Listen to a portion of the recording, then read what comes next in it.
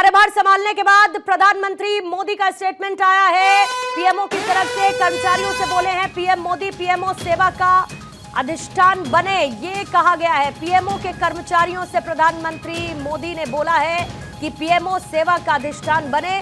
हमारी टीम के लिए ना तो कोई समय का बंधन है, न सोचने की सीमाएं हैं और ना ही पुरुषार्थ के लिए कोई तय मानदंड है, ये प्रधानमंत्री की तरफ से कहा गया है। दोस्तों, 10 साल पहले हमारे देश 10 साल पहले हमारे देश में एक छवि बनी हुई थी कि पीएमओ एक शक्ति का केंद्र है, एक बहुत बड़ा पावर सेंटर है। और मैं न सत्ता के लिए पैदा हुआ हूं, न मैं शक्ति अर्जित करने के लिए सोचता हूं। मेरे लिए पीएमओ सत्ता केंद्र बने, पीएमओ शक्ति केंद्र बने, ये न मेरी इच्छा है न मेरा वो रास्ता है। और इसलिए 2014 से हमने जो कदम उठाए, आपने मार्क किया होगा, और पहले जो पीएमओ में रहे होंगे उनसे पूछ लेना, हमने इसको एक कैटलिक एजेंट के रूप में ही डेवलप करने की कोशिश की है। वो कैटलिक एजेंट के यहां से ऊर्जा प्रसारित होती रहे, यहां से नई नई चेतना प्रसारित होती रहे, जो पूरे तंत्र के अंदर एक प्रकार से विद्युत की तरह नई चमक दे, नई रोशनी दे, नई सामर्थ्य दे।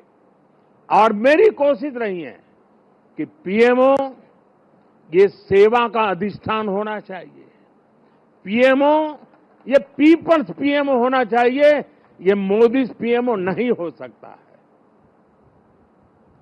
और इसलिए मेरे दिल दिमाग में सिवाय 140 करोड़ कोई नहीं, और मेरे लिए 140 करोड़ नागरिक नहीं है, मेरे लिए 140 करोड़ परमात्मा का रूप है। और जब मैं सरकार में बैठ करके कोई निर्णय करता हूं तो मैं सोच रहा हूं कि मैंने आज 140 करोड़ देशवासियों को इस रूप में मैंने पूजा की है, और उनके चरणों में मैंने इस योजना के रूप में एक पुष्प चढ़ाया है। उस भाव से मैं काम करता हूं।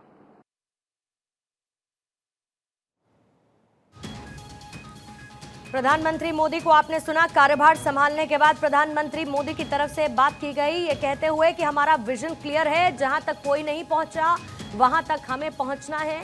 और पीएमओ जो है वो सर्विस एस्टैब्लिशमेंट बने, यानी कि जहां 140 करोड़ भारतीयों की जरूरतों को पूरा किया जा सके। जहां पर कोई नहीं पहुंचा वहां पर पहुंचना है। प्रधानमंत्री का यह बयान पदभार संभालने के बाद सामने आया है। और ज्यादा स्केल पर कैसे कर सकते हैं, अगर उन चीजों को लेकर के आप साथ ही आगे बढ़ते हैं तो मुझे पक्का विश्वास है कि 140 करोड़ देशवासियों ने आपके पुरुषार्थ को मोहर लगाई है। ये चुनाव मोदी के भाषणों को मोहर नहीं है, ये चुनाव आपके 10 साल के हर सरकारी कर्मचारियों के पुरुषार्थ को मोहर लगी हुई है। इसलिए इस विजय के बड़े हकदार अगर कोई है तो आप लोग हैं। इस विजय के सच्चे हकदार कोई है तो भारत सरकार के हर कर्मचारी भी हैं, कि जिन्होंने एक विजन के लिए अपने आप को खपा देने में कोई कमी नहीं रखी। और देश में पहले से बहुत तेज गति से काम हुए, जिसका परिणाम भी नजर आ रहा है। लेकिन मैं एक नई ऊर्जा के साथ, नए हौसले के साथ आगे बढ़ना चाहता हूं। मैं विराम करने के लिए पैदा नहीं हुआ हूं। 10 साल में बहुत सारे लोग आप में से होंगे जो 10 साल से मुझे जेल रहे हैं। कुछ लोग हैं जो शायद अब जेलना शुरू करेंगे। कुछ लोग होंगे साहब बहुत हो गए, अब कहीं और जाए तो अच्छा होगा। जो जाना चाहते हैं उनको मेरी तरफ से शुभकामनाएं हैं। आपने इतना किया इसलिए धन्यवाद है। जो आना चाहते हैं, अगर आज टीवी पर मेरी बात सुन करके जो मन भाव से खप जाना चाहता है 5 साल, आइए, निमंत्रण है। और हम मिल करके दोस्तों एक ही लक्ष्य, नेशन फर्स्ट, एक ही इरादा, 2047 विकसित भारत। और मैंने पब्लिकली कहा है, मेरा पल पल देश के नाम है। और मैंने ये भी वादा किया है देश को 24/7 फॉर 2047।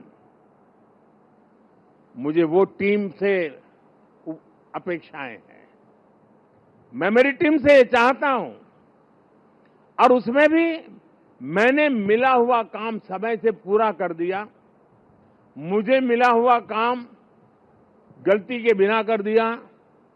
मैं समझता हूं अच्छी चीज है, लेकिन परिपूर्णता नहीं है। मैंने उसमें वैल्यू एडिशन क्या किया? मैंने पूरा किया, लेकिन ज्यादा अच्छे से पूरा किया। मैंने पूरा किया, लेकिन आगे अब किसी के सर पे बोझ नहीं रहेगा, इतना मैंने करके रखा है। अगर हमारा भाव है, हर चीज में वैल्यू एडिशन, हर चीज में क्वालिटी अपग्रेडेशन, तो मुझे पक्का विश्वास है दोस्तों कि हम 5 साल के भीतर भीतर जिस सपनों को और संकल्प को लेकर के चले हैं, उसको हम परिपूर्ण कर सकते हैं। 10 साल का मेरा अनुभव है, जो तय किया उसको हम करके रहे हैं। तय भले मोदी ने किया, लेकिन करने वाले आप हैं, करके रहे हैं। हम सब मिलके करके रहे हैं। हम सबकी सामूहिक शक्ति का परिणाम है कि हमने एक कैटेगरी एजेंट के रूप में इसको काम किया है।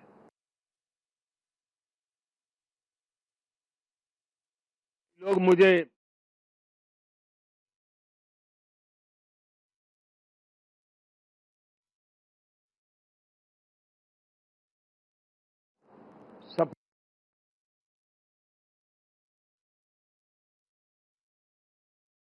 सफल वो इंसान होता है जिसके भीतर का विद्यार्थी कभी मरता नहीं है। कई लोग मुझे इस चुनाव में भी और हमेशा, मैं पिछले 30 साल से ये सवाल सुन सुन के थक चुका हूं कि इतनी एनर्जी लाते कहां से हो, थकते क्यों नहीं हो, मुझे लोग पूछते रहते। लेकिन वो मेरे बॉडी को तराश रहे हैं, मेरी बॉडी में क्या खाता हूं, कितना सोता हूं, मैं योगा कितना करता हूं। अब वो गलत ट्रैक पर है, इसलिए मेरी एनर्जी का रहस्य उनको पता नहीं है। मेरी एनर्जी का रहस्य, मैं जीवन भर भीतर के विद्यार्थी को जिंदा रखता हूं। और जो व्यक्ति अपने भीतर विद्यार्थी को जिंदा रखता है, वो कभी भी सामर्थ्यहीन नहीं होता है, शक्तिहीन नहीं होता है और आलसी नहीं होता है। वो हर बार ऊर्जा से भरा हुआ रहता है। आप सुन रहे थे जो पीएमओ के कर्मचारी हैं, उनको संबोधित करते हुए प्रधानमंत्री यहां पर कई बातों का जिक्र करते हुए कि कैसे विद्यार्थी हमेशा रहना चाहिए जीवित, ताकि सीखने की एक ललक रहे। और जो भारत सरकार के सभी कर्मचारी हैं, वो इस विजय के सबसे बड़े हकदार हैं, जिन्होंने एक विजन के लिए खुद को समर्पित कर दिया है। प्रधानमंत्री ने इसके साथ ये भी कहा कि जहां पर कोई नहीं पहुंचा, वहां हमें देश को लेकर जाना है।